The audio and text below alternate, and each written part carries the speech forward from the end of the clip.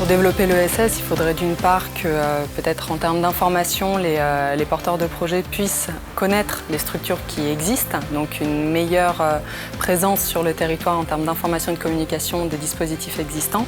Mais au-delà de ça aussi, une meilleure coordination qui est présente certes, mais à renforcer au niveau des acteurs de l'accompagnement et de la création de structures de l'ESS pour qu'elles puissent du coup faire des ponts entre les différents dispositifs qu'elles portent et donc permettre aux porteurs de projets d'être accompagnés tout au long de la création, avant, pendant et après le lancement de leur projet.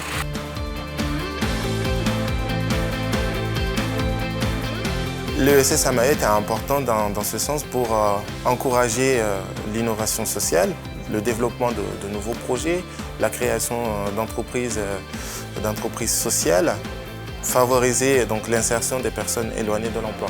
Donc c'est un outil en fait qui se nourrit en fait des problématiques du territoire pour proposer des innovations et donc créer de nouveaux emplois.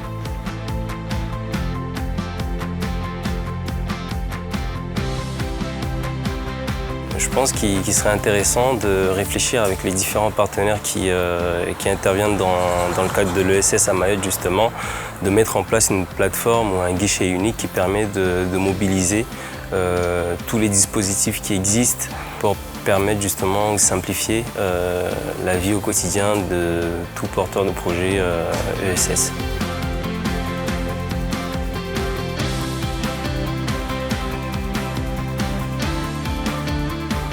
On est sur un stade où le monde est devenu unique et qu'on parle carrément d'universalisation des modèles et des systèmes. Et du coup, je pense qu'accompagner les structures en matière de formation, mais aussi de rencontrer, d'échanger avec d'autres acteurs sur d'autres territoires, avec d'autres modèles également, c'est un plus-value pour demain. Voilà.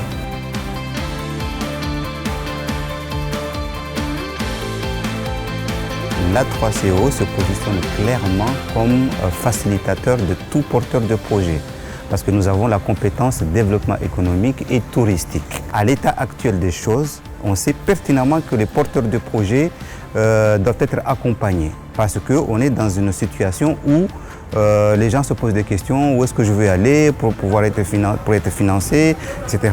On veut les amener petit à petit pour être acteurs de leur territoire. Donc on est là pour ça.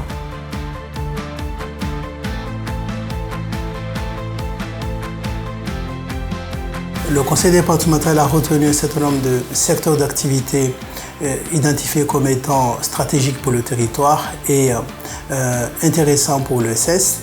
Pour ce faire, donc, on a lancé une étude d'opportunité et on a retenu 30 projets.